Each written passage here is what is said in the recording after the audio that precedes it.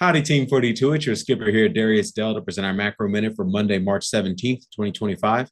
Happy St. Patrick's Day to those who celebrate, and hope everyone had a wonderful weekend. So, as always, we'll start with the executive summary from today's leadoff reporting note. If you would like to review the analysis supporting these conclusions and to see if you need to make any changes in your portfolio to remain on the right side of market risk, you need to be a client of 42 Macro. So, today's key macro question is: will Treasury Secretary Scott Bessent's adjustment period be short and shallow or protracted and painful?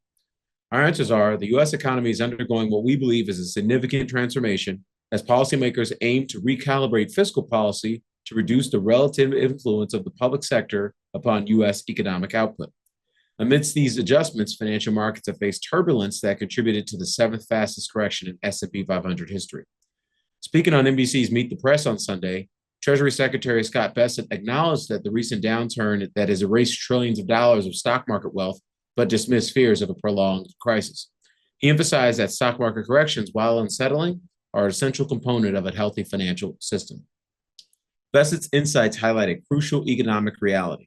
Successfully transitioning from Paradigm A, which is a buoyant but K-shaped U.S. economy propped up by excessive government spending, to Paradigm B, which is a buoyant E-shaped U.S. economy that shifts the burden of generating marginal economic output back to the private sector, likely requires a durable period of economic and financial market disruption.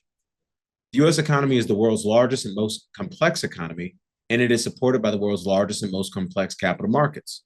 It is not likely such a significant economic transition was priced in during a mere 10% correction from the February 19th all-time high in the SPY. What is more likely is that the investors with the most unrealized gains at last month's peak of Paradigm A are nervously hoping for the adjustment period to be short and shallow. They will learn that hope is not an investment process if the process is as protracted and painful as we continue to anticipate it will be via our kitchen sink thesis. Transition to our 42 macro dashboard. As always, we'll wrap up with a question from our community. This one's regarding financing need and tariffs. It says, hello, Darius. Hope your weekend was a good one. Likewise, my friend. Do tariffs make the global refinancing air pocket worse by adding to the financing need?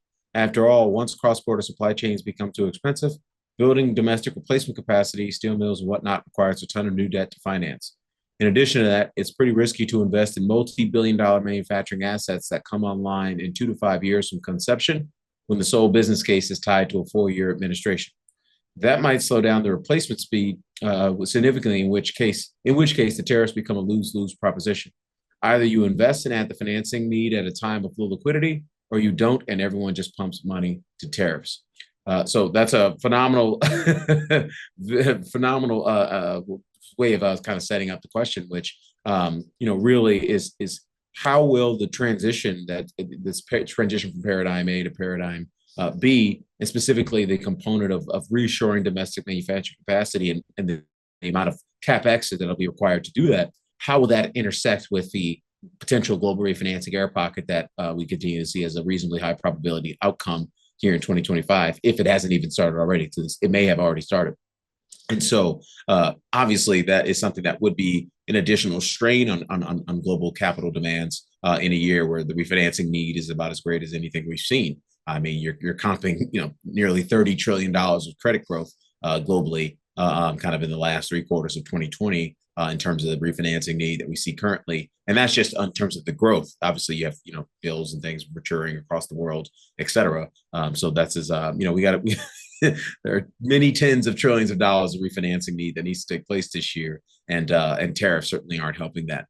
There's another way in which tariffs cause problems from a liquidity perspective. So there's 2 ways, in our opinion, at least according to our analysis, there are 2 ways in which tariffs drain liquidity. One, kind of consistent with the questions implying, is you have what would have been, household savings, corporate profits, and foreign FX reserves. Those get diverted from, being those things to, winding up on the U.S. Treasury's balance sheet in the form of customs receipts. So you're essentially siphoning funds from the private sector in the form that would have been household savings, corporate profits, and fiat fiat FX reserves to the U.S. Treasury. So that's obviously an erosion of liquidity from that perspective. And then you also have an erosion of liquidity typically vis-a-vis the currency markets. Typically, what you tend to see is that the country where the tariffs are being administered to, they tend to devalue their currency to offset the price of the tariffs.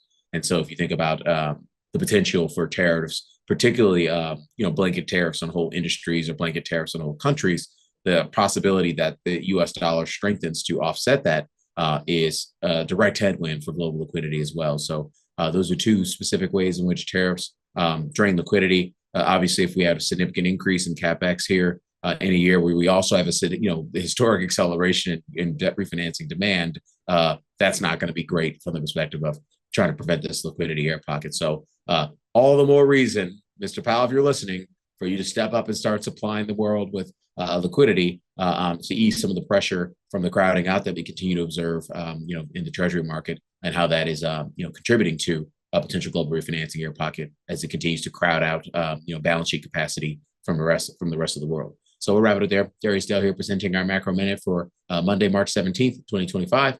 Everyone have a wonderful day. Best of luck out there. We'll catch you back here tomorrow. Cheers.